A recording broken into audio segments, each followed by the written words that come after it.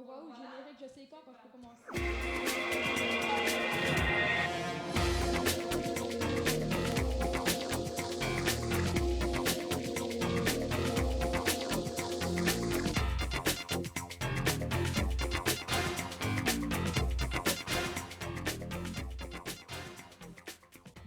Mesdames, Messieurs, bonjour. Aujourd'hui, nous avons sur notre plateau différentes personnalités politiques qui vont nous expliquer les nouvelles lois entrées en vigueur en janvier 2012. Bonjour Madame de Konings, ministre de l'Emploi. Nous allons vous céder la parole pour nous expliquer la nouvelle loi sur le travail étudiant. Bonjour à tous. Donc cette année, les étudiants pourront travailler 50 jours à la place de 46 précédemment, et ceux-ci pourront être répartis sur l'année entière. Nous avons avec nous Jordan, étudiant. Bonjour Jordan. Que pensez-vous de la nouvelle loi? Non. Merde. Que pensez-vous, vous qui êtes étudiant, de la nouvelle loi? Bonjour Akima, je trouve génial de pouvoir travailler quelques jours en plus par an et surtout de pouvoir les répartir comme on veut. Dans vos attributions, Madame de Konings, vous avez aussi le stage d'insertion professionnelle. Oui, donc le stage d'insertion professionnelle a été allongé et passe à 12 mois.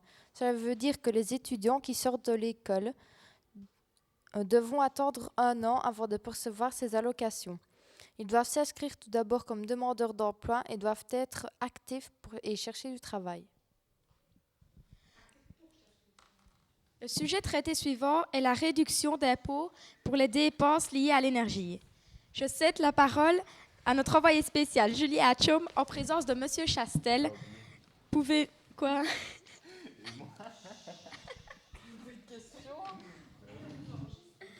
Ministre du Budget.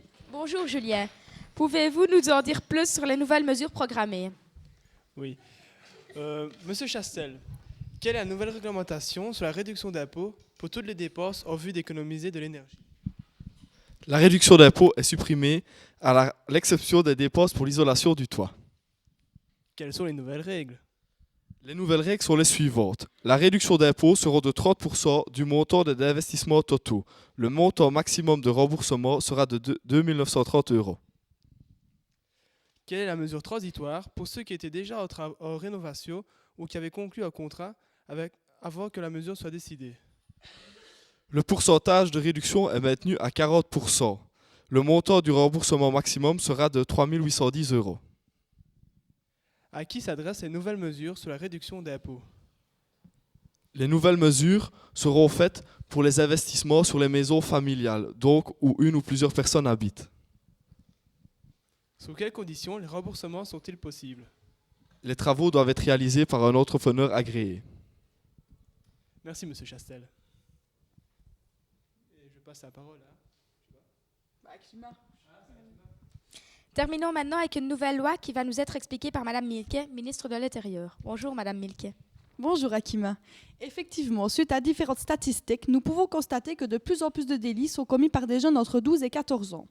Or, la loi ne punit que les jeunes de 16 ans. Après concertation avec différents organismes, je propose un projet de loi. Celui-ci abaisserait l'âge à 14 ans à partir duquel il pourrait être sanctionné si on a commis un délit comme agression, dégradations diverses, raquettage sur les plus jeunes, vol, etc. On voudrait faire passer le message aux jeunes via des informations dans les écoles, des tracts ou encore plus, des campagnes publicitaires à la télévision. Il est important que tous les jeunes sachent qu'ils ont des droits envers la société. Excusez-moi, je suis complètement à l'encontre de cette loi. C'est une loi qui va complètement à l'encontre de la protection de l'enfant. Nous serions beaucoup plus tranquilles avec des jeunes qui sont encadrés par des personnes responsables que des jeunes qui sont punis très jeunes et qui peuvent récidiver dès la fin de leur sanction. De plus, cette loi donne une image déplorable de la jeunesse. Cela met en avant la forte délinquance de la jeunesse actuelle. Pour finir, les incivilités sont différentes d'une commune à une autre. Et la loi s'adresse à l'ensemble de la Belgique.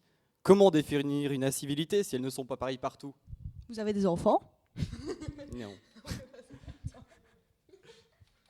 Vraisemblablement, M. De Vos n'est pas sur la même longueur d'onde que Mme Milquet. On a bien compris vos avis respectifs. En tout cas, ce que l'on espère, c'est que les jeunes comprendront la loi et agiront de façon positive. Merci de votre attention et à demain. Et à demain pour une autre information sur les pensions.